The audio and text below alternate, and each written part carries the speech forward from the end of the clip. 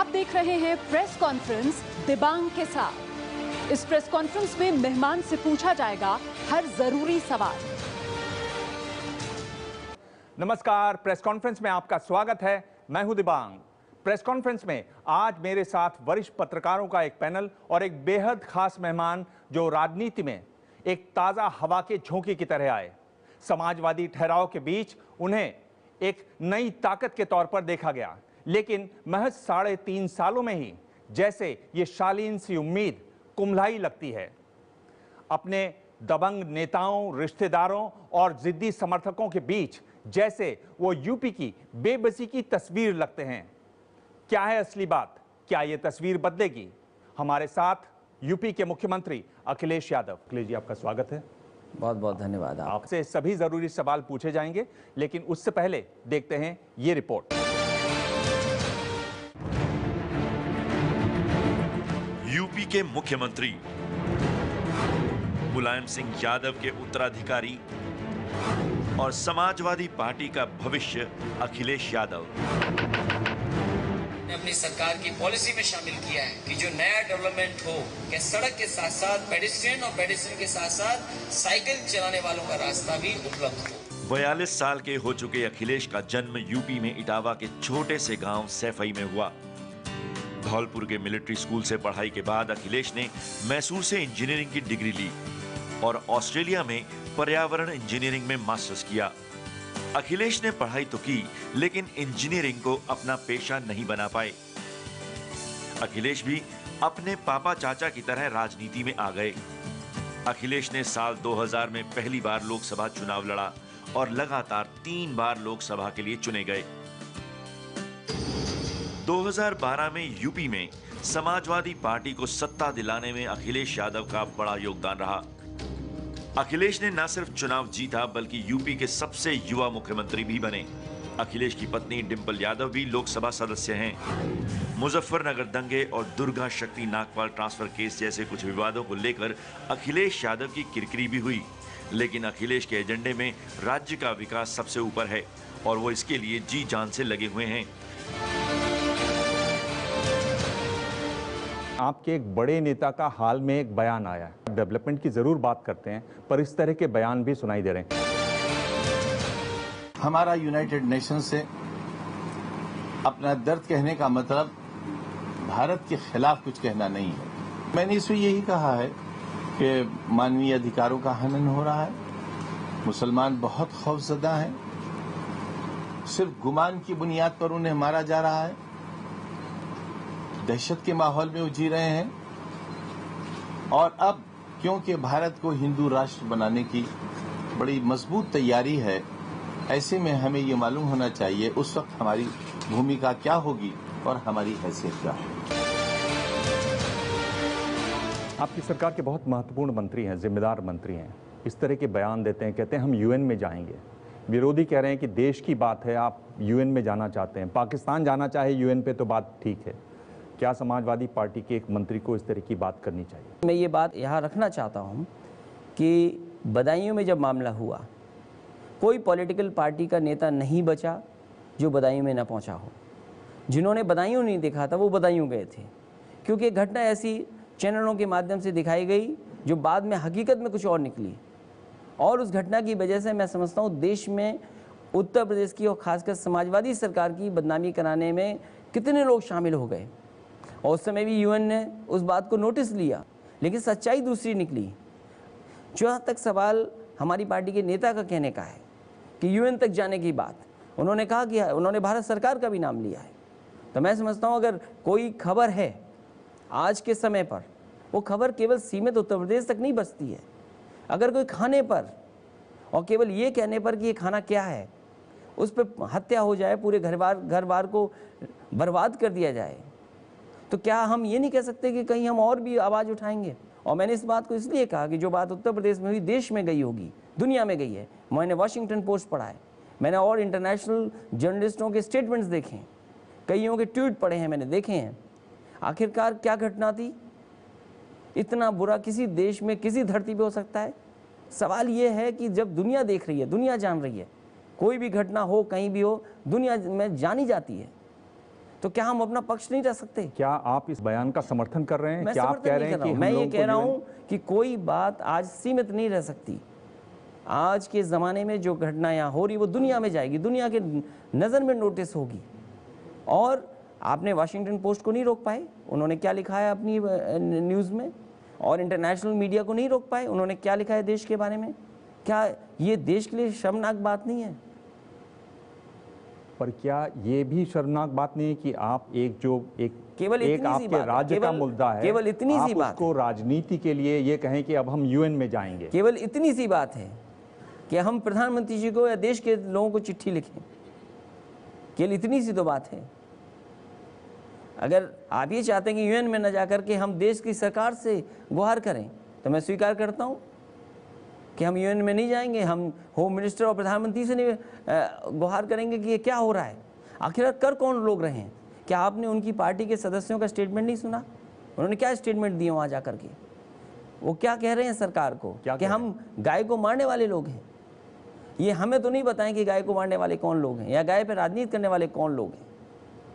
क्या आज के समय पर जहाँ लैपटॉप, कंप्यूटर, दुनिया एक हो रही है, वहाँ पर आप गाय का सवाल उठाएंगे? पर अगर आप ये मान रहे हैं कि ऐसे बयान नहीं देने चाहिए, तो क्या आपको लगता है कि ऐसे नेता के खिलाफ, ऐसे मंत्री के खिलाफ कोई कार्रवाई होनी चाहिए? मैं ये कह रहा हूँ कि मैं दे प्रोसीजर फॉलो करने के लिए तैयार हूँ। मैं UN न जाकर के मैं कहता हूँ कि मैं कहूँगा कि हमारी बात होम मिनिस्टर और प्रधानमंत्री तक पहुँचे, वो शायद UN तक ले जा सकते हैं। यही तो प्रोसीजर है। पर क्या मुख्यमंत्री के तौर पर आप ऐसे मंत्री से बात करेंगे, उनको कुछ सजा देंगे, उनको कहेंगे कि आपको ये नहीं कहना चाहिए? ये अलग बात है, ये हमारे अलग बात है। अगर मुझे कहना होगा तो मैं मंत्री जी से अलग से बुला करके कह सकता हूँ। आजम साहब जब ये कहते हैं कि वो UN में मसला ले जाएंगे, आपको नहीं लगता कि वो उत्तर प्रदेश की पुलिस और आपके पूरे प्रशासनिक तंत्र पर अविश्वास करते हैं, सवाल खड़ा करते हैं? देखिए, जहाँ तक UN, मैंने आपसे कहा कि बदायूं वाला जब मामला आया तो UN को किसने बताया कि यहाँ सीधा पत्र मुख्यमंत्री को लिखा गया? मैं आपसे सवाल पूछना चाहता हूँ कि बदायूं का मामला गलत था और मामला केवल मोहब्बत का था, लड़के और लड़की की मोहब्बत थी दोनों में, और उसको किसने मारा? वो CBI ने साफ किया है। क्या किसी ने मुझे पत्र लिख के कहा कि मुख्यमंत्री जी मैंने आपकी बहुत बदनामी करा दी? किसी ने कहा कि मुख्यमंत्री जी आप ठीक थे? अगर एक भी नेता ने कहा हो? आप तो मौत पे राजनीति करना चाहते हैं, आप हर चीज़ पे राजनीति करना चाहते हैं। क्या हमने राजनीति की किसी बात पे? क्या गाय पे राजनीति हम कर रहे हैं? हालांकि मुझे वो शब्द और वो बात नहीं कहनी चाहिए इस चैनल पे। अगर गाय के सबसे करीब कोई हकदार है तो हम हैं हकदार खुद, लेकिन हम तो नहीं कहते ये गाय हमारी है। आज भी हमारे घर में देख लो गाय मिलेंगी, और जो चिल्ला चिल्ला के गाय को बचाने की बात कर रहे हैं, बताओ एक के यहाँ गाय मिल जाए तो?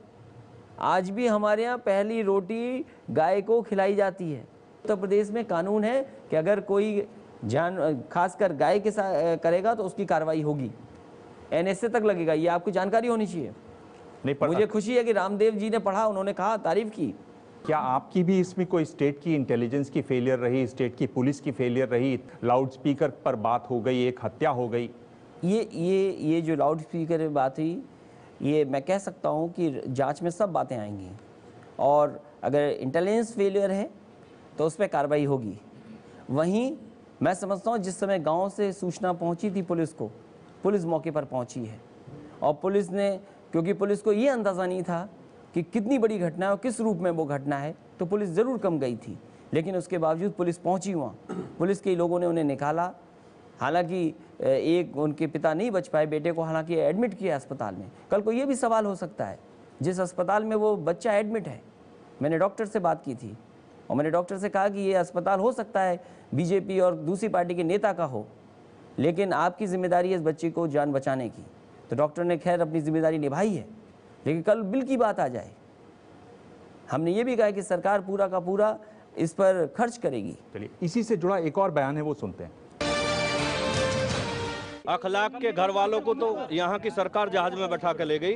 वो जैसे मुजफ्फरनगर में दंगे के आरोपी को जहाज में बैठा के ले गई थी, ऐसी गाय के काटने वालों को भी बैठा के ले गई। ये तो बहुत सस्ता सा इल्जाम है कि जब भी दंगा हो, जब भी कोई ऐसी घटना हो, बीजेपी के कार्यकर्ताओं पर डाल दो। ये तो उत्तर प्रदेश की सरकार का पुराना काम है। संजय राणा भारतीय जनता पार्टी के कार्यकर्ता हैं और भारतीय जनता पार्टी के कार्यकर्ता थे और रहेंगे। साक्षी महाराज ने कहा है कि अगर मुसलमान मरता है तो 20 लाख और हिंदू मरता है तो 20,000 भी नहीं। ये स्टेटमेंट है उनका इस मौके पे। तो क्या ये दुर्भाग्य की बात नहीं है?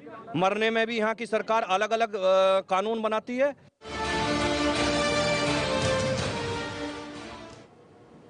क्या कहेंगे आप ऐसे बयानों के लिए? और ये कह रहे हैं कि जो राहुल यादव वाला मुद्दा था वो इन्होंने उठाया, तब आपने घोषणा की कि 5 लाख रुपए। मैं समझता हूँ दुनिया देख रही है। जब आप दुनिया में अपने देश को खड़ा करना चाहते हैं तो ऐसे दल के उन्हीं के लोगों के स्टेटमेंट क्या है? क्या बहस इस बात की ना हो कि रोजगार मिलेगा कि नहीं मिलेगा? क्या इस बात पे बहस नहीं होनी चाहिए कि प्रदेश ने जब सबसे ज़्यादा एमपी जिताए हैं तो उन्हें जो उत्तर प्रदेश की सरकार एक्सप्रेस वे बना रही उससे बड़ा एक्सप्रेस वे बनाए? बहस इस बात पे होनी चाहिए कि अगर होम मिनिस्टर के कॉन्स्टिट्यूंसी में अगर हम मेट्रो बना सकते हैं तो प्रधानमंत्री की कॉन्स्टिट्यूंसी में भी मेट्रो बननी चाहिए। ये सवाल खड़ा होना चाहिए। ये वो लोग हैं जो हर 6 महीने में मुद्दा बदल देते हैं। ये वही लोग हैं जो कह रहे थे घर वापसी की सवाल उठाया था। ये वही लोग हैं जिन्होंने धन परिवर्तन पर देश को दूसरी दिशा में ले जाने का काम किया था। ये वो लोग हैं जिन्होंने लव जिहाद पर न जाने कितना खून बहा दिया था उत्तर प्रदेश में। तो आज वही लोग गाय की बात कर रहे हैं। सवाल तो उनके दल के नेताओं को सोचना चाहिए। इसमें आप लोग भी खेल करते हैं, हमारा आप लोग कोई भी खेल इसमें नहीं दिखाई देते हैं। मैं ये कह सकता हूँ कि हमारी पार्टी का कोई राजनीति नहीं है। अगर मैं उसके परिवार को बुला करके मिलना चाहता हूँ, क्या ये ठीक है कि सब लोग जा करके जाते हैं घर में, गाँव में? अगर मुख्यमंत्री किसी के परिवार को बुला ले और मिलते हैं, मैंने नाव वाले को बुलाया जिसने बच्चों को बचाया, कल को ये सवाल खड़े कर सकते हैं कि नाव पे जिसने बच्चों को 15 बचाया था वो यादव था, उसको यादव को मुख्यमंत्री ने क्यों बुला लिया? हाँ, मैं जानता हूँ इस कालिदास की ये भी संस्कृति थी कि बड़ा सा बड़ा आदमी आए तो जूते उतार के अंदर जाता था। तो खैर, हम समाजवादी लोग हैं, दूसरे तरीके के लोग हैं। अगर हमें किसी से मिलना है, किसी को बुलाना है तो मुख्यमंत्री आवास उसके लिए खुला है। इसीलिए मैंने कहा कि इससे डेमोक्रेटिक लिबरल सरकार कहीं नहीं मिलेगी जिस तरह का हम लोग काम कर रहे हैं। अभी आपने कहा कि आप किसी को भी लखनऊ बुला सकते हैं, लेकिन जब नोएडा जाने की बारी आती है तो प्रदेश का कोई मुख्यमंत्री नोएडा नहीं जाता है। एक मान्यता रही है कि नोएडा जाने वाले की कुर्सी जाती है। अंधविश्वास यही है कि कोई मुख्यमंत्री नोएडा नहीं जाता है। तो मैं ये कह रहा हूँ कि 2017 में सरकार बनाने के बाद जरूर जाऊंगा मैं वहाँ पर। आप 2017 से पहले अभी 2 साल पड़े हुए हैं, आप क्यों नहीं साबित करते कि ये सब अंधविश्वास है और मैं नोएडा गया और जीत कर आया? समाजवादी की वैज्ञानिक सोच भी तो आगे आनी चाहिए। समाजवादी लोग पुरानी परंपराओं को निभाते हैं। अभी तो आप ये कह रहे थे कि आप पुरानी परंपराओं को तोड़ते हैं। आप समाजवादी लोग हैं, जो आपका घर है वहाँ लोग पहले जूते पे उतार के जाते थे। हम ये तो व्यवहार है, शिष्टाचार है। मुजफ्फरनगर के दंगे हुए, दंगों की एक रिपोर्ट आई सहाय की, जो अभी आप टेबल पे रखना चाहते हैं। जो लीक हुई रिपोर्ट, उसमें आरोप है कि समाजवादी पार्टी और भाजपा ने मिलजुल के ये कांड किया। आपको पता है कि एक पॉलिटिकल पार्टी इसमें लगी हुई है, आपके पास भारी मैंडेट है, इसके बावजूद ये कहाँ ढिलाई हो जाती है कि ये फिर से एक दादरी कांड हो जाता है और इसके बाद फिर 3 महीने बाद कोई और कांड होगा। कहीं ना कहीं नहीं लगता आपका कि आपका जो प्रशासन पे जो पकड़ है वो इतनी कमज़ोर हो गई कि ये लोग इनका फ़ायदा उठाते हैं? एक वही विधायक है जिसके ऊपर पहले आरोप लगे हैं, वही विधायक दूसरी जगह जाकर इतनी कड़ी भाषा में जो बोलता है, उसकी हिम्मत इसलिए है कि उसको मालूम है कि ये प्रदेश मुझे कुछ नहीं करेगा। ये क्या कारण है, या मिलीजुली कुश्ती है? देखिए, जो मुजफ्फरनगर में जो सरकार कर सकती थी उस वक्त सरकार ने वो फैसला लिया। अगर फौज को, आर्मी को बुलाना पड़ा था तो एकदम मौके पर आर्मी को बुला के कम से कम शहर को बचाने का। गांव में, क्योंकि मुजफ्फरनगर की रिपोर्ट आ गई, उसमें तमाम बातें सामने आएंगी और तमाम बिंदु भी हैं उसमें, बहुत सारे और भी हैं, मैं टेबल करने जा रहा हूँ। इन्हीं ताकतों ने मुरादाबाद में, कांठ में केवल लाउड स्पीकर को लेकर के बवाल किया। इनके विधायक, इनके मंत्री, इनके कार्यकर्ता, कोई नहीं बचा जिसने कांठ में केवल लाउड स्पीकर का झगड़ा न लगाया हो। सरकार ने सख्ती की और जो दोषी लोग थे उस समय जेल भेजे गए और उसका परिणाम ये हुआ कि आज कांठ और मुरादाबाद बिल्कुल शांत है। हाल ही में बनारस में आप जानते हैं क्या हुआ। सुप्रीम कोर्ट का अगर है कोई फैसला कि आप गंगा में जाकर के विसर्जन नहीं कर सकते मूर्ति का, तो उसको अगर हम पालन करते हैं तो तमाम ताकतें आकर के पीछे खड़ी हो जाती हैं, तमाम ताकतें आकर के माहौल ख़राब करते हैं। कार्रवाई की है, कुछ लोग बड़े हैं, विधायक स्तर के हैं, वो भी गए हैं। मैं समझता हूँ प्रशासन और सख्ती से काम करेगा। वही दादरी का, मैं वही में दादरी एक ही विधायक वही में दादरी वहाँ आरोपित है, यहाँ आके फिर वही ऐसे उलूल जुलूल स्टेटमेंट देता है। जो वही दादरी के जिनके बारे में आप नाम ले रहे हैं, सरकार ने पूरी जिम्मेदारी के साथ, क्योंकि केवल भाषण नहीं दिया था पिछले मुजफ्फरनगर वाले मामले में, एक एमएमएस बना करके पूरे का पूरा डिस्ट्रीब्यूट किया था। वो दुनिया के दूसरे कोने का एमएमएस था। हमने जो धाराएं, जो कार्रवाई कर सकते थे की थी। एनएसए लगाने का फैसला किया, लेकिन कोर्ट में उसको एनएसए के पे नहीं तामील हुआ। वहीं मैं ये कहता हूँ कि आज जो धारा तोड़ी गई हैं 144 उस पर कार्रवाई होगी, और चाहे वो मंत्री हों चाहे किसी स्तर के हों, जो कानून के भीतर कार्रवाई हो सकती है वो कार्रवाई होगी। पर आपको मालूम है कि जो आपने रिपोर्ट केंद्र में भेजी उससे केंद्र सरकार संतुष्ट नहीं है। मैं समझता हूँ जो रिपोर्ट मांगी गई थी, रिपोर्ट भेजी है प्रदेश सरकार ने, और मैं समझता हूँ अगर केंद्र कोई उस रिपोर्ट में समझते हैं कमी है तो हम दोबारा रिपोर्ट भेज देंगे, और जब तक फॉरेंसिक रिपोर्ट ना आए तब तक कुछ कह पाना मुश्किल है। पर अखिलेश जी, जो हल्ला हुआ वो सबसे पहले ये हुआ कि आप जांच कर रहे हैं कि बीफ है कि नहीं। मैं जैसे ये कह इसका रहा हूं, बड़ा असर पड़ता कि इस वो बीफ है प्रदेश कि में तो नहीं। ऐसे लोग हैं जो व्हाट्सएप करके झगड़ा करा रहे हैं। मैं अपने क्षेत्र का बता सकता हूँ, बीजेपी के लोगों ने व्हाट्सएप चला दिया, शक्ति की उस व्यक्ति को पकड़ करके जेल भेजना पड़ा। तो उत्तर प्रदेश में तमाम ऐसी ताकतें हैं जो विकास पे चर्चा नहीं करना चाहती। मैं उनसे पूछना चाहता हूँ कि कोई स्टेट मुझे बता दो जिसने 16 लाख लैपटॉप बांटे हों, कोई स्टेट मुझे बता दे जिसमें इतनी बड़े पैमाने पर सड़कें बन रही हों, कोई मुझे बता दे कि इतने बड़े पैमाने पर सब स्टेशन बने हों, ये जो कोई बता दे मुझे इतना विकास हुआ हो। ये जो आपने बात की मुजफ्फरनगर की, उसमें हमने देखा किस तरह से एक तालिबान का MMS यहाँ पर घुमा, उसमें लिखा गया किस तरीके से सचिन और गौरव की निर्मम हत्या का ये चित्र है। इस तरह की जो टेक्नोलॉजी जो आ गई है उससे आप कैसे लड़ेंगे, क्या कोई तैयारी है आपकी? देखिए, मैं देश का सबसे अच्छा डायल 100 सिस्टम क्रिएट करने जा रहा हूँ उत्तर प्रदेश में। आने वाले समय में आप देखेंगे कि जिस तरीके से एम्बुलेंस इमरजेंसी में पहुँच जाती है 10 या 15 मिनट में, मैं मौके पर घटना पर 10 मिनट में पुलिस और उससे कम समय में पुलिस पहुंचाने का काम करूंगा। कितनी देर में, कितने साल? 10 मिनट। ये अगले साल से शुरू हो जाएगा डायल 100।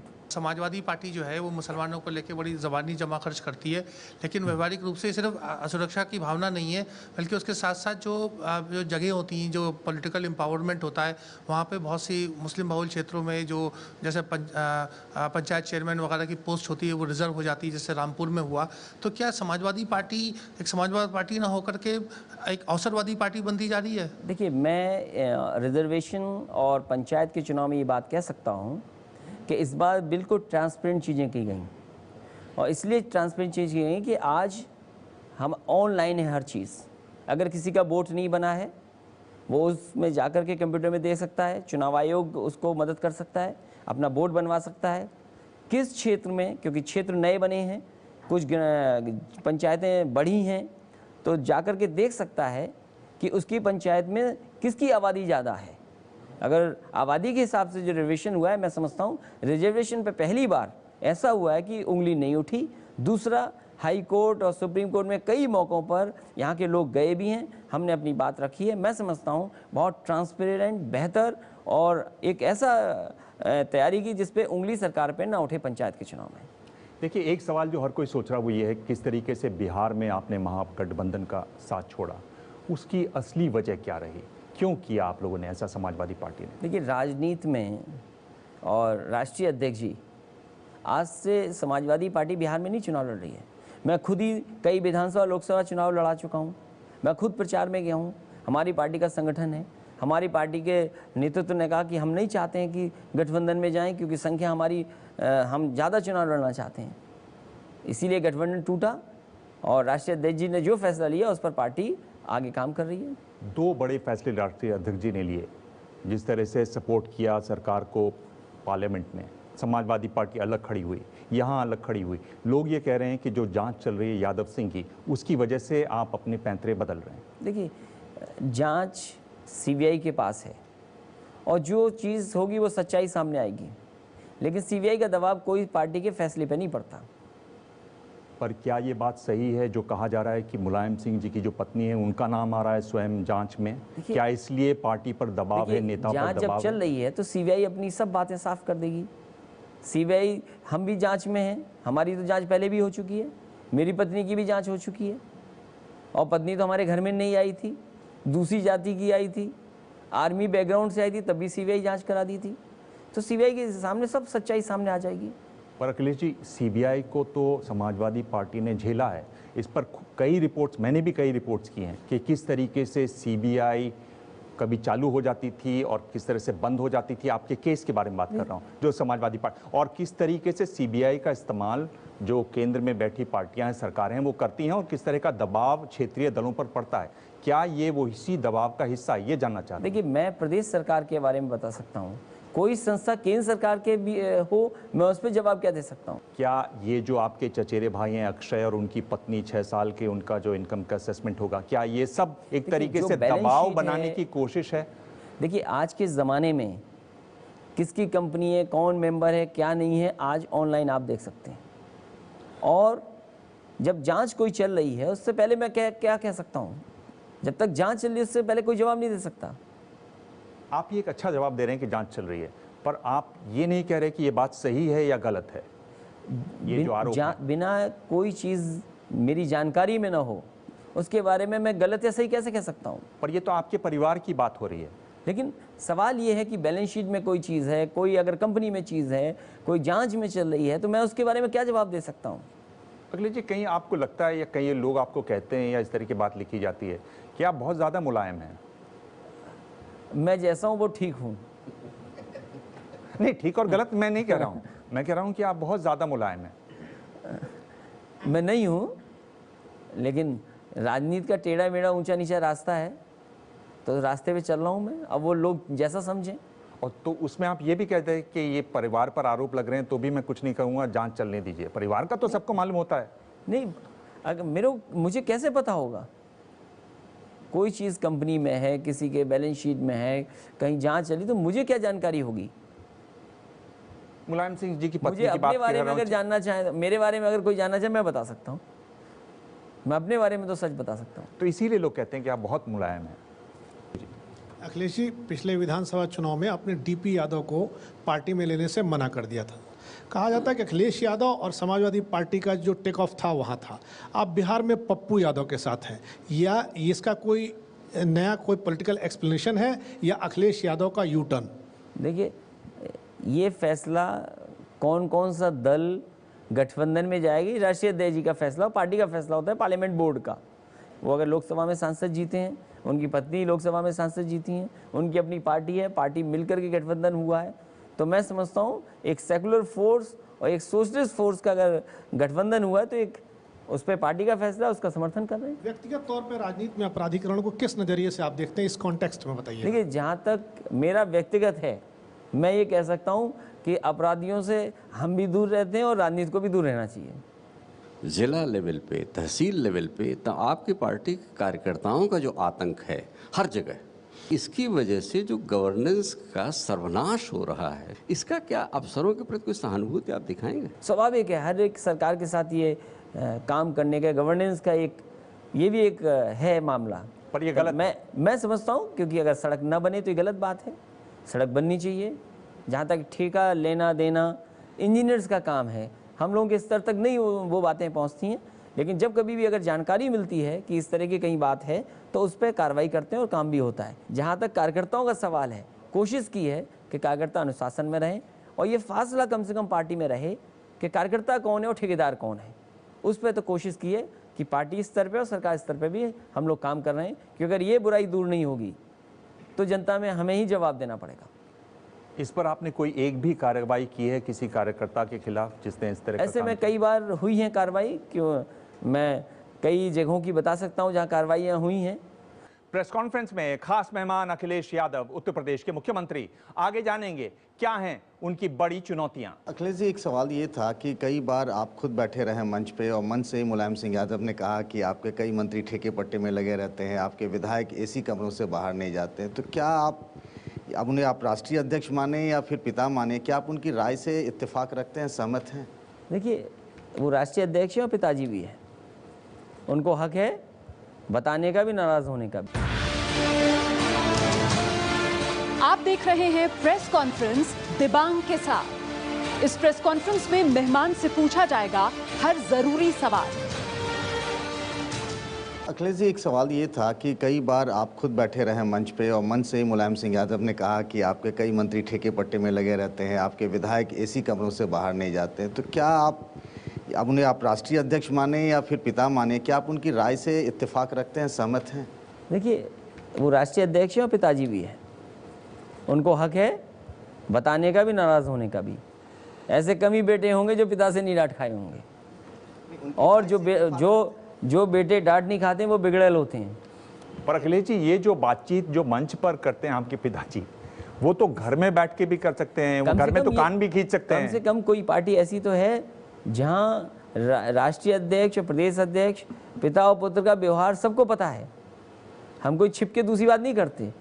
अगर उन्हें लगता है कोई बात गलत है तो वो सामने मंच पे कहते हैं। कार्यकर्ताओं कम से कम ये भरोसा तो है कि कोई बात नेताजी से कह दी जाएगी, मुख्यमंत्री जी से कह दी जाएगी, वो बात साफ होगी। इतने केसेस हो रहे हैं, रेप, ईव टीजिंग, उसको लेके आप कहीं पे आपकी सरकार रोकने की कोशिश कर रही है? स्वाभाविक है महिलाओं के साथ या लड़कियों के साथ इस तरह की घटना हो, वो नहीं होनी चाहिए, दुखद बात है। लेकिन जहाँ तक सरकार के स्तर पे हमारी कोशिश हुई है कि हमारी पुलिस, प्रशासन, पार्टी, जो लोग भी हैं, कम से कम उनके अंदर हो कि अगर इस तरह की घटना हो तो तुरंत कार्रवाई हो। और इसीलिए सरकार बनने के बाद 1090 पावर वुमेन लाइन शुरू की थी हमने। उसमें कई लड़कियां अगर कोई परेशान कर रहा है किसी रूप में तो वो शिकायत कर सकती थी और बिना उनकी आइडेंटिटी बताए उनकी मदद करने का काम सरकार ने किया है। जहाँ तक कुछ घटनाएं अगर हो गई हैं तो उस पर कार्रवाई करते हैं। वहीं कम से कम समाज के लोगों में भी बदलाव लाना ज़रूरी है, क्योंकि जो घटनाएं हो रही हैं वो कई बार देखने को मिला है, वो ऐसी हैं कि परिचय होता है, एक दूसरे को जानते हैं, कोई बात आ जाए तो वो उसका रूप बदल जाता है। इसलिए हम समझते हैं समाज के स्तर पे भी काम होना बहुत ज़रूरी है और वहीं सरकार को भी बहुत जागरूक होकर के, और अगर ऐसी कभी जानकारी मिले तो तुरंत सख्त और कार्रवाई करनी चाहिए और केसेस फास्ट ट्रैक पे ले जाकर के भी न्याय दिलाने का काम सरकार को करना चाहिए और उस पर काम कर रहे हैं। आपने कहा समाज में बदलाव की भी ज़रूरत है, इस पर आप कुछ कर रहे हैं क्या? सरकार, राज्य सरकार इस पर एक्टिवली कोई सोच के किसी योजनाबद्ध तरीके से काम कर रही है कि लोगों में ये जागरूकता आए, युवाओं में जागरूकता आए? ऐसा सच कोई प्रोग्राम नहीं चल रहा है, लेकिन जब कभी मौका मिलता है कार्यक्रमों के स्तर पर या हमसे व्यक्तिगत रूप से जब लोग मिलते हैं तो ये मैसेज देने की कोशिश होती है कि हमारे एक दूसरे का सम्मान करने की बहुत आवश्यकता है। पिछले 3.5 साल ज़्यादा चैलेंजिंग रहे। जब आपने बसपा से आपने शासनकाल लिया, आपके मंत्री ज़्यादातर आपसे सीनियर थे, ब्यूरोक्रेसी से बहुत इंटरेक्शन नहीं था, वो ज़्यादा चैलेंजिंग था, या अगले 1.5 साल जब आपके ऊपर जिम्मेदारी है कि आप अपनी पार्टी को वापस शासन में सत्ता मिलाएं? देखिए, मैं इस बात के लेकर के खुश हूँ कि मैं जो मैनिफेस्टो लेकर के जनता के बीच में गया था उसको कम से कम मैंने पूरा किया है। तो आने वाले समय में ये भरोसा और बढ़ा सकते हैं और मैं समझता हूँ भरोसा बढ़ेगा तो समर्थन भी उनका समाजवादी पार्टी के पक्ष में आएगा। एक जो आरोप आप पर लगता रहता है समाजवादी पार्टी पर, और हर बार ये जब भी समाजवादी पार्टी की सरकार आती है कुछ इस तरह का कोई ना कोई आरोप लगता ही लगता है। एबीपी न्यूज़ ने जो जांच करवाई तो पाया कि जितने भी थाने हैं, खासतौर पर मलाईदार थाने हैं, मलाईदार थानों में यादवों की भरमार है, यादव प्रमुख बहुत ज़्यादा हैं। क्या ये बात सही है? क्या इसमें आपको मदद मिलती है प्रशासन में, लोगों को बात समझाने में, अपना काम करवाने में? कहाँ तक सही है ये आरोप? देखिए, अपने स्वार्थ में लोग कहते हैं, मैं ये कहता हूँ कि जिले का कप्तान, जिले का डीएम बड़ी चीज़ है कि एसओ और सिपाही बड़ी चीज़ है। जब कप्तान कहाँ है, डीएम कहाँ है, कौन है डीएम? अगर एकाध कोई जगह है भी तो विपक्ष के लोग तो जरूर जानबूझ करके ये कहेंगे। तमाम राजनीतिक दल ये बहस बेवजह उठाते हैं। जो जिम्मेदार है, जो काम कर रहा है, उसका आकलन काम से होना चाहिए। मलाईदार है कि किस जाति का है, किस धर्म का है, इस पे बहस नहीं होना चाहिए। काम कितना अच्छा किया है, सवाल ये होना चाहिए बस। आप ये 2017 के जो चुनाव हैं उसमें आप किसको अपना बड़ा चैलेंज मानते हैं, असदुद्दीन ओवैसी को या राहुल गांधी को? मैं खुद देखिए, जहाँ तक उत्तर प्रदेश का सवाल है, मैं समझता हूँ अपना काम लेकर के जाएंगे तो जनता देखेगी। लोकसभा में सांप्रदायिक हिंसा के जो आंकड़े पेश किए गए उसका इंडिया स्पेन संस्था ने विश्लेषण किया है। उसमें कहा गया है कि 2010 से 2014 तक देश में जो सर्वाधिक मजहबी हिंसा की घटनाएं हुई हैं वो उत्तर प्रदेश में हुई है। कुल 703 घटनाएं हुई हैं, उसमें 176 लोग मारे गए हैं, 50,000 लोग बेघर हुए हैं और इन मौतों में 59 वो मौतें भी शामिल हैं जो मुजफ्फरनगर दंगों में हुई। तो एक तो इनकी वजह क्या रही और इनको रोकने में उत्तर प्रदेश पुलिस या उत्तर प्रदेश सरकार या नाकाम क्यों रही? मैं जहाँ तक उत्तर प्रदेश की बात कर सकता हूँ, कोशिश की है कि इस तरह के मामले ज़्यादा न बढ़ें। और कभी कभी आरोप लगता है समाजवादियों पर, लेकिन अगर दंगा होगा तो सबसे ज़्यादा नुकसान अगर किसी का होगा तो समाजवादी पार्टी का होगा। और ये मैं कह सकता हूँ, दंगे से लाभ किसको मिलेगा? दंगे से नुकसान समाजवादियों का होगा। इसलिए वो ताकतें हैं जो लाभ लेना चाहती हैं दंगे से, तो ऐसी ताकतें काम करें। इसीलिए मैंने कहा कि ऐसी ताकतें हैं जो हर 6 महीने में अपना मुद्दा बदल देती हैं। पर आपको नहीं लगता कि जब इस तरह से दंगा भड़कता है तो आपको भी एक फ़ायदा होता है? आप मुस्लिम्स को पोलराइज करते हैं, उनको अपनी तरफ पूरी तरीके से कर लेते हैं, उनको इधर उधर नहीं जाने देते, चाहे वो बीएसपी हो या कांग्रेस हो। लोग दंगा से लाभ उठाना चाहते हैं। आज कम्युनल होना आसान है, सेकुलर होना मुश्किल है। और जो ताकतें हैं जो देश के लिए खतरा है, केवल प्रदेश के लिए खतरा नहीं है, देश के लिए खतरा है। दुनिया हमें किस रूप में देखेगी? हम क्या खाना खाते हैं, हम क्या कपड़े पहनते हैं, हमारी भाषा क्या है? अगर दुनिया तरक्की की है तो इन सब चीज़ों से हट करके बड़े दिल से चीज़ों को अपनाया है। हमें एक दूसरे का सम्मान करना पड़ेगा। हमारी जो संस्कृति, हमारी जो परंपराएं रही हैं, वो हमने अपने पड़ोसी का भी सम्मान किया है। मैं समझता हूँ इसका आप सीधा जवाब नहीं दे रहे हैं कि क्या मुस्लिम वोट्स को आप एक तरीके से देखिए, समाजवादी पार्टी सेकुलर पार्टी है, सेकुलर और सेकुलर समझ के लोगों की एक बड़ी पार्टी है। मैंने आपसे कहा कि कम्युनल होना आसान है, सेकुलर होना मुश्किल है। हमारा रास्ता सेकुलर रास्ता है समाजवादियों का। तो इसमें आप ऐसी पहल क्यों नहीं करते कि आप उनको बुआ कहते हैं, बुआ की पार्टी की हालत भी खराब है, उनके साथ मिलकर आप क्यों नहीं लड़ते अगला जो बड़ा चुनाव आने वाला है? ये फैसला मैं अकेला नहीं ले सकता हूँ। बुआ तो इसलिए लेता हूँ कि सबसे बुजुर्ग हमारे जितने लोग उनको बहन जी बोलते हैं। जब बहन जी बोलेंगे तो मुझे वो स्वाभाविक है बुआ ही बोलना पड़ेगा। अब ये फैसला मैं नहीं ले सकता हूँ, ये फैसला हमारी पार्टी राष्ट्रीय अध्यक्ष ही लेंगे। हमारे विचारों में कोई तालमेल नहीं है, क्योंकि प्रदेश की जनता ने देखा था कि पैसे की कैसे बर्बादी हुई। कई ऐसी स्मारक बना दिए जहाँ पर हाथी लगे हैं, जब से लगे हैं खड़े के खड़े हैं, और जो बैठा है वो बैठा ही है। अभी बैठा वाला खड़ा नहीं हो पाया, खड़े वाला अभी तक नहीं बैठा। तो हज़ारों करोड़ रुपया बर्बाद कर दिया उसमें। वो ज़माना देखा था लोगों ने। वो कहते हैं इन्वेस्टमेंट कैसे आता है, इन्वेस्टमेंट लाने के लिए कोई पॉलिसी बनाई हो। तो इसीलिए मैं कहता हूँ जनता को मौका मिलेगा तुलना करने का 3 सरकारों का। एक वो सरकार जिसको हटाया है यहाँ की जनता ने, एक वो जो केंद्र सरकार में, क्योंकि अच्छे दिन का मामला था, किसी कंपनी ने नारा दिया था, किसी पॉलिटिकल पार्टी का नारा नहीं था, कंपनी बदल गई, नारा बदल गया। तो इसलिए जनता देखेगी कि तीनों पार्टियों में किसने जनता के लिए काम किया है। पर उसमें तो प्रधानमंत्री जी कहते हैं अपनी कॉन्स्टिट्यूंसी में कि मैं कोशिश करता हूं, इन लोग हमें राज्य सरकार जमीन नहीं देती, हमें जमीन बड़ी महंगी और शहर मैं आज भी कहता हूं कि प्रधानमंत्री जी को जो जगह चाहिए हो विकास के लिए मैं देने को तैयार हूं। जो मंत्री जिस विभाग का है मेरे पास अगर आया है तो मैंने उससे कहा कि जो जगह चाहिए, जो सहयोग मदद चाहिए, मैं करने को तैयार हूँ। पाले में हमारे नहीं है कुछ भी, पाले में उनके है।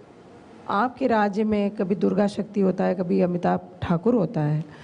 जब ब्यूरोक्रेट्स और शासन के बीच में टकराव होते हैं तो ओवरऑल एक परसेप्शन बनता है, एक इम्प्रेशन ख़राब होती है। आपको नहीं लगता है कि ऐसी घटनाएं अप्रिय है, ऐसी घटनाएं ना होनी चाहिए? देखिए, मैंने अभी प्रशासन की जो लास्ट मीटिंग हुई थी, मैंने उनसे कहा कि देखिए ऐसी सरकार कभी नहीं आएगी जिसने पूरी आज़ादी आपको दी हो, और अगर आज परफॉर्म नहीं कर पाओगे तो कभी परफॉर्म नहीं कर पाओगे आप।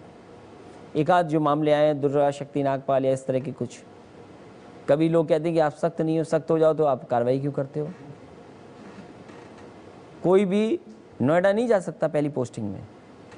अगर मैंने पति और पत्नी को दोनों साथ रहने के लिए उन पर भरोसा कर करके अगर मैंने दिल्ली के किनारे भेज दिया हो तो ये गलती मेरी है। अब तो वो प्रदेश में भी नहीं है, प्रदेश से बाहर चलेंगी। मैंने इसीलिए कहा कि अधिकारियों को जितना मौका दे सकता हूँ हम लोगों ने मौका दिया है, बिना दबाव के मौका दिया है, और कहा है कि आप परफॉर्म करिए। और मुझे खुशी है कि कई अधिकारियों ने बहुत अच्छा काम किया है और उसके रिजल्ट दिखाई दे रहे हैं। ये ज़माना मार्केटिंग और ब्रांडिंग का है। काम में हम लोग ज़्यादा हैं लेकिन प्रचार में हम लोग पीछे हैं। इसी चैनल पे ओवैसी ने आरोप लगाए हैं कि वो लगातार उत्तर प्रदेश आना चाहते हैं लेकिन आप आने नहीं दे रहे, उनकी रैलीज को परमिशन नहीं दे रहे, और उन्होंने ललकारा है कि अब आने वाले 2 उपचुनाव में मैं वहाँ चुनाव लड़ूंगा, मैं देखता हूँ ये सरकार मुझे कैसे रोकेगी। तो इसकी सच्चाई क्या है? देखिए, उत्तर प्रदेश में कोई आए सद्भावना के लिए, कोई आए प्यार के लिए, मोहब्बत के लिए, हमने नहीं रोका। किसी का दुख बांटने आए नहीं रोकना चाहते हम। ये प्रशासन का काम है, मेरा काम नहीं है। प्रशासन को डिसीजन लेना है, एडमिनिस्ट्रेशन को फैसला लेना है, ये सरकार फैसला नहीं लेती है। और हम तो चाहते हैं जिसको जो ये चुनाव ऐसा है, यूपी का चुनाव होने जा रहा है, जिसको आना है सब आइए, जिसको आना है सब आएंगे। कोई किसी को नहीं रोक पाएगा। ये अलग बात है, कुछ लोग लगता है बिहार में बैन हो गए हैं, कुछ कार्रवाई हुई है, सुनने में आया है। तो ये बात है कि उत्तर प्रदेश में हम किसी को नहीं रोक रहे हैं, जो आना चाहे आएगा, और लोकतंत्र में सबको मौका मिलना चाहिए और जनता फैसला करेगी। बाकी नेताजी ने एक बार कहा कि आडवाणी कभी झूठ नहीं बोलते हैं, फिर प्रधानमंत्री मोदी ने उनकी तारीफ की थी, यहीं पार्टी ऑफिस में उन्होंने कहा कि भाई मेरी तारीफ पीएम ने की थी, बहुत बड़ी बात की। आप कहते हैं सावधान रहना चाहिए और बचे रहो, मतलब माजरा क्या है? ये मेरा पर्सनल जवाब है, क्योंकि राजनीति करने वाली बात है। अगर कोई विरोधी पार्टी का आपकी तारीफ करे तो बहुत सावधान रहना चाहिए। भाई इतना ही मैंने कहा, मैंने किसी की बुराई नहीं की, मैंने किसी को गलत नहीं कहा। पर जब आप सावधान रहना चाहिए कहते हैं तो इसका मतलब क्या है कि वो सार्वजनिक रूप से हो सकता है बड़ाई कर रहा हो, पर पीछे पीछे कुछ और भी कर सकता है। राजनीति है ये। मैं तो देख रहा हूँ सत्ता के लिए गाय हमारी छीन ली, गाय हमारी होनी चाहिए। यूपी में डेयरी कितने बड़े पैमाने पर बढ़ गए, उन्हें पता ही नहीं है। उन्हीं का अमूल का मैनेजिंग डायरेक्टर कह रहा है कि गुजरात से आगे दूध हो गया उत्तर प्रदेश का, तो बिना जानवर के दूध कैसे हो जाएगा इतना आगे। अमूल के 2 कारखाने लग रहे हैं यूपी में, तो हम तो चाहते हैं कि अगर दूध यहाँ बढ़ा है, जानवर ही बढ़ेंगे, स्वाभाविक है। और जो कारोबार की बात है, ये कंफ्यूज कर रहे हैं। एक स्लॉटर हाउस है जो कारोबार के लिए है, ये हमने नहीं खुलवाए, आज़ादी से पहले के खुले हुए, अंग्रेज़ों ने बनवाए थे, ब्रिटिश हुकूमत में बने थे कई चीज़ें। आज टेनरी अगर उत्तर प्रदेश में है और एक्सपोर्ट शूज़ का आगरा से है, 10,000 करोड़ का एक्सपोर्ट है शूज़ का आगरा का। कानपुर का बड़े पैमाने पर टेनरीज का एक्सपोर्ट है। आप दुनिया के पैमाने पे कहना चाहते हो मेक इन इंडिया, आप मेक इन इंडिया कैसे करोगे? क्या आप इटली के लेदर से मुकाबला कर लोगे? क्या चेन्नई में जो लेदर बन रहा है उससे मुकाबला कर लेंगे? तो आप अपनी बात को नहीं समझा रहे हैं। आप कारोबार को, धर्म को, जात को किस दिशा में ले जा रहे हो? जो बड़े चुनाव आपके विधानसभा के होंगे, उससे पहले अखिलेश जी अगर मैं आपसे पूछूं कि 3 ऐसी कौन सी चीज़ें हैं जो आप राज्य को कर दिखाना चाहेंगे? मैं ये कह सकता हूँ कि इंफ्रास्ट्रक्चर में, खासकर सड़क में, बिजली में, स्वास्थ्य में और सिंचाई के इंतज़ाम में काम किया है। सड़क में कह सकता हूँ देश की सबसे बड़ी सड़क उत्तर प्रदेश में बन रही है, जो आगरा से लेकर के लखनऊ जोड़ने वाली है। ये इंफ्रास्ट्रक्चर का बड़ा प्रोजेक्ट है और देश में इतना बड़ा एक्सप्रेस वे मैं समझता हूँ किसी स्टेट में नहीं बन रहा होगा। अगर मैं आपसे स्पेसिफिकली 3 पूछूं तो आप, एक तो आपने कहा कि एक एक्सप्रेसवे बन रहा है लखनऊ से आगरा तक, 2 और कौन सी ऐसी चीज़? मैं ये कह सकता हूँ कि किसानों को सबसे ज़्यादा बजट के माध्यम से मदद पहुँचाने का काम किया है। पूरे देश में किसानों के लिए सिंचाई का पानी मुफ्त कहीं नहीं है। अभी ओलावृष्टि से नुकसान हुआ था, देश में किसी प्रदेश ने इतने बड़े पैमाने पर पैसा नहीं बांटा होगा किसानों को। 4,000 करोड़ से ज़्यादा पैसा बांटा है, जबकि केंद्र सरकार से अभी तक केवल 2700 करोड़ 2400 करोड़ के लगभग पैसा है। मान लीजिए समाजवादी पेंशन है, 45 लाख महिलाओं को हम दे रहे हैं। 45 लाख महिलाओं को ऑनलाइन आरटीजीएस से ट्रांसफ़र हो रहा है, उनके डायरेक्ट अकाउंट में 500 रुपये महीने के पहुंच जाते हैं। समाजवादी पेंशन है। आपने रोजगार की बात की, 368 पीएन्स के लिए स्थान थे, 23 लाख लोगों ने उसमें एप्लीकेशन दी, 255 तो पीएचडी थे।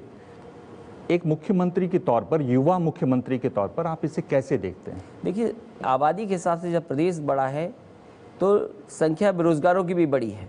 सरकार बनने के बाद उनको सरकारी नौकरी कैसे मिले और रोजगार के अवसर कैसे उपलब्ध हो, उन दोनों पे काम किया है। आपके जितने विभाग हैं, हमारे 40,000 से ज़्यादा पुलिस सिपाही की भर्ती हो चुकी है। उनका इश्यूज़ थोड़े बहुत हैं वो रिजॉल्व करने, कोर्ट का भी इश्यूज़ हैं उसमें जा कर के। इसी तरह शिक्षा मित्रों को शिक्षा विभाग में 3 लाख से ज़्यादा शिक्षा विभाग में नौकरियां दी हैं। वहीं रोजगार कैसे मिले, स्किल डेवलपमेंट का प्रोग्राम शुरू किया। मैं अपनी बात खत्म कर दूं, क्योंकि स्किल डेवलपमेंट का जब प्रोग्राम शुरू हुआ तो देश का 42 लाख नौजवानों ने उसमें ऑनलाइन रजिस्ट्रेशन किया है। कई कंपनियां पैनल हुई हैं। तो मैं ये समझ सकता हूँ, मैं कह सकता हूँ कि बेरोजगारी बड़ी समस्या है। 23 लाख लोगों की एप्लीकेशन, 255 पीएचडी। क्या आपको लगता है कि कहीं ना कहीं एक तरीके से राज्य सरकार की फेलियर है, नाकामी है कि आप इतने रोजगार न दे पाए? वरना 23 लाख 255 बताइए, उसमें पीएचडी है। देखिए, मैं कोशिश ये कर रहा हूँ सरकार में रह करके उनको नौकरियाँ कैसे मिलें, क्योंकि नौकरी बड़ा सवाल है। एक तो सरकारी नौकरियाँ सीमित हैं, वहीं रोजगार या अगर उनको कुछ हुनर सिखा दें, स्किल्ड कर दें उनको, तो शायद उनको ज़्यादा नौकरी मिल सकती हैं। इसी तरह से कैसे प्रदेश में इन्वेस्टमेंट आए। अगर इन्वेस्टमेंट आएगा तो कारोबार होगा, कारोबार होगा तो रोजगार मिलेंगे। इन्वेस्टमेंट में आप तुलना दो करिए बड़ी दो सरकारों इन्वेस्टमेंट से। बता सकते हैं जो दिखाई देंगी चुनाव से पहले? दो बड़ी इन्वेस्टमेंट मैं ये कह सकता हूँ, आज सोलर में इन्वेस्टमेंट बड़े पैमाने पर आया। 500 मेगावाट का पीपीए साइन उत्तर प्रदेश सरकार कर रही है। वहीं आइकिया जैसी वो अंतर्राष्ट्रीय कंपनी है, कौन नहीं जानता उसको, होम फर्नीचर्स के बारे में कौन नहीं। आज आइकिया यूपी में आना चाहता है। अमूल के 2 प्लांट लग रहे हैं, आपके एक कानपुर में लग रहा है, आपका लखनऊ में लग रहा है, बनारस में लगने जा रहा है। ऐसा लग रहा है कि 2017 में लॉ एंड ऑर्डर ही एक आपके खिलाफ मुद्दा बनाया जाएगा, उसको कैसे काउंटर करेंगे? लॉ एंड ऑर्डर एक इशू है किसी भी सरकार के लिए।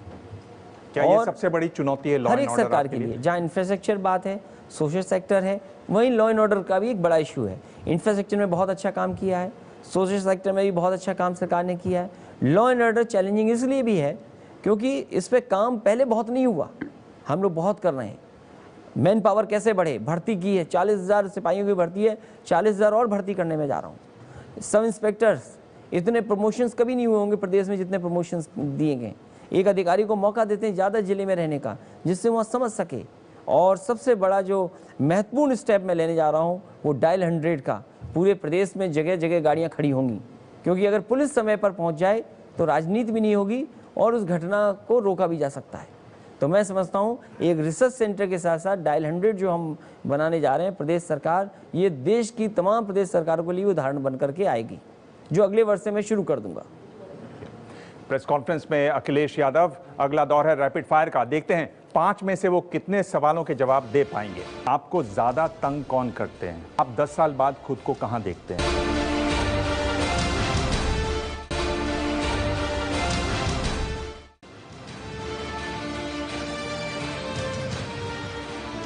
प्रेस कॉन्फ्रेंस में ये दौर है रैपिड फायर का। हमारे खास मेहमान अखिलेश यादव। अखिलेश जी, 5 सवाल, 2 ऑप्शन दूंगा, उनमें से आपको एक चुनना है। लेकिन आप सवाल का जवाब न देना चाहें, आप कह सकते हैं कि इस सवाल का जवाब नहीं देना। और 5 में से 3 जवाब अगर आप देते हैं तो ये एक गिफ्ट है आपका एबीपी न्यूज़ की तरफ से। शुरू करें। तो मेरा पहला सवाल है, आप बेहतर प्रधानमंत्री किसको मानते हैं, नरेंद्र मोदी को या मनमोहन सिंह को? मनमोहन सिंह। चलिए, ये सवाल तो आसान था। दूसरा सवाल है कि आपको ज़्यादा तंग कौन करते हैं, शिवपाल जी या आजम खान जी? कोई नहीं। नो ऑप्शन है। शिवपाल जी या आजम खान जी? कोई नहीं, दोनों नहीं। तो मतलब आप इस सवाल का जवाब नहीं दे रहे हैं? ठीक है, पास। हमारा तीसरा सवाल है, आप किसके ज़्यादा करीब हैं, मुलायम सिंह जी के या राम गोपाल जी के? दोनों की। दोनों में से एक चुनना है। ज़्यादा करीब आप खुद को किसके पाते हैं? नेताजी के। चलिए, डांट के बावजूद आप उनको ज़्यादा करीब मानते हैं। मैं समझता राम गोपाल जी के भी आप बहुत करीब हैं। अब झगड़ा मत कराओ। 0.5 का ही डिफरेंस होगा जी। 199.5 जी, इतना ही डिफरेंस, ज़्यादा नहीं है। चलिए, तो अच्छा है, 3 में से आपने 2 जवाब दे दिए हैं। हमारा चौथा सवाल है, आप अपना बड़ा विरोधी किसको मानते हैं, बीजेपी को या बीएसपी को? बीजेपी को। चलिए, 3 जवाब तो आपने सही दे दिए। आप 10 साल बाद खुद को कहां देखते हैं, यूपी का सफल मुख्यमंत्री या देश का प्रधानमंत्री? सेकंड। देश का प्रधानमंत्री नहीं, वो फर्स्ट, वो मुख्यमंत्री वाला। यूपी का सफल। हाँ। तो आप यूपी में ही रहना चाहते हैं कि यूपी से बाहर जाना चाहते हैं? नहीं, यूपी में रहना चाहता हूँ। देखिए, यूपी में रहना चाहता हूँ। लोग यूपी आते हैं प्रधानमंत्री बनने के लिए, मैं यूपी को छोड़ूंगा। आप अगर यूपी में ही हैं तो आप प्रधानमंत्री बनने का रास्ता क्यों नहीं ढूंढते हैं? तो दोनों ही हो गए, दोनों ही मान लीजिए फिर। दोनों में से एक चुनना है। यूपी। यूपी का सफल मुख्यमंत्री। अखिलेश जी, आपने 5 में से 4 सवालों के जवाब दिए हैं। तो आपका एक नेगेटिव नहीं होता ना सवाल, तो उसका जवाब देता मैं। आपने नेगेटिव सवाल पूछा, उसमें पॉजिटिव सवाल पूछते तो मैं दे देता जवाब। Thank you sir. Thank you please. Press conference में Akhilesh Yadav rapid fire round में उन्होंने 5 में से 4 सवालों के जवाब दिए। अगले हफ्ते मिलेंगे एक और खास मेहमान से। तब तक देखते रहिए एबीपी न्यूज।